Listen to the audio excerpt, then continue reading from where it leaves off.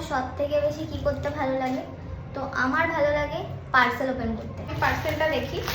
প্রথম শার্টটা হচ্ছে, মানে আমি সিম্পল কয়েকটা শার্ট নিয়েছি, তো এটা যাই হোক শার্টটা খুব বড় এসেছে, তো মেরে মনে হচ্ছে আমার বাবার হবে।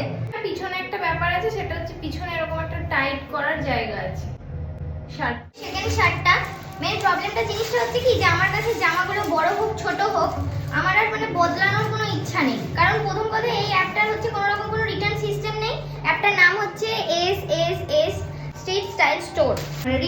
রিটার্নের কোনো সিস্টেম নেই, রিফান্ডের কোনো সিস্টেম নেই, একমাত্র আছে তোমার এক্সচেঞ্জের সিস্টেম। আর যেখানে তুমি এক্সচেঞ্জ করতে গেলে তোমার মানে হচ্ছে টাকা কেটে নেবে 100 টাকা করে। দেখো তোমরা আগে জামাটা দেখলে এল সাইজ, তো সেক্ষেত্রে এল সাইজে জামাটা দেখলে তোমরা কত বড়, বাট এটা কি সাইজ দিয়েছে, এটা কিন্তু এলে দিয়েছি, তো আমি জানি না এদের মাপ কোন হিসাবে হয়।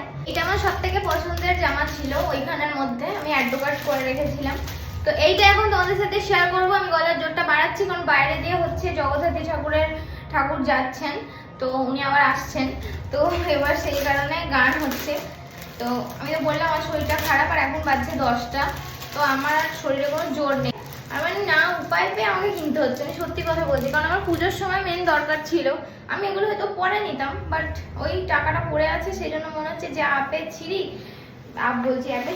যদি আমার টাকাটা কোনোটাই গচ্চা যায়। এল সাইজে আমি অর্ডার করেছি। এটার কাপড়টা খুব ভালো এসছে, খুব খুঁজছিলাম, বাট কোয়ালিটিও খুব ভালো, বাট সাইজটাই দেখতে পাচ্ছ কত বড়। আর এমনিও আমি টাইট জামা কাপড় পরতে একদম পছন্দ করি না, আমি একটু ঢিলা ঢিলা জামা পরতেই পছন্দ করি। বড় একটা অ্যাপ যেটা রিটার্ন করতে পারবে না, মানুষের পছন্দ না হতে পারে, ছেড়ে দিলাম। বাট রিফান্ড আছে, ঠিক আছে চলে দিলাম, রিফান্ড করবে না, তোমরা রিটার্ন করবে না, তোমরা এক্সচেঞ্জ করছো, তোমরা এক্সচেঞ্জে কেন তোমরা 100 টাকা করে কাটবে। আবার যখন ধরো তুমি দুবার এক্সচেঞ্জ করতে হবে সেখানে মনে হয় তোমার 200 টাকা কাটবে।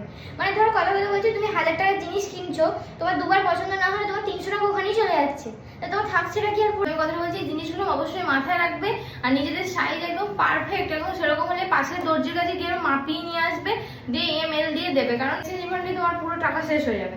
তো কেমন লাগলো ভিডিওটা তোমরা জানাতে ভুলো না, যদি হেল্প হয় সেটাও জানাতে ভুলো না। টাটা।